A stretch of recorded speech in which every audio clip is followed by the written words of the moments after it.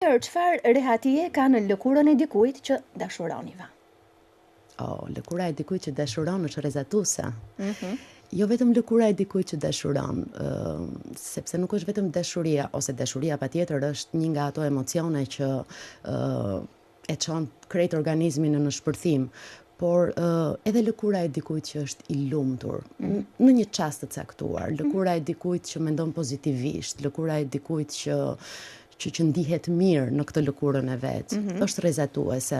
Dhe ka dhe një shpjegim fiziologjik për këtë. Kam kohë ta them apo kemi dhe 90 pyetje tjera? Nëse është i shkurtër. Ka të bëjë me sistemin e qarkullimit të gjakut. Sa herë që ne jemi të lumtur, që kemi adrenalin të mirë në organizmin ton, dhe ato hormonet e lumturisë, gjaku jon lëviz më shpejt dhe vjen në periferin dhe ushqen qelizat e lëkurës. Dhe lëkura jon merr atë ngjyrën e saj të trëndafilt, edhe shkëlqimin dhe rrezatimin. Shumë e bukur.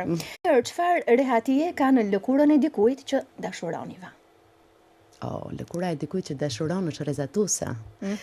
Jo vetëm lëkura e dikujt që dashuron, sepse nuk është vetëm dashuria, ose dashuria patjetër është një nga ato emocione që e çon krejt organizmin në shpërthim, por edhe lëkura e dikujt që është i lumtur, në një çast të caktuar, lëkura e dikujt që mendon pozitivisht, lëkura e dikujt që ndihet mirë në këtë lëkurën e vet, është rrezatuese.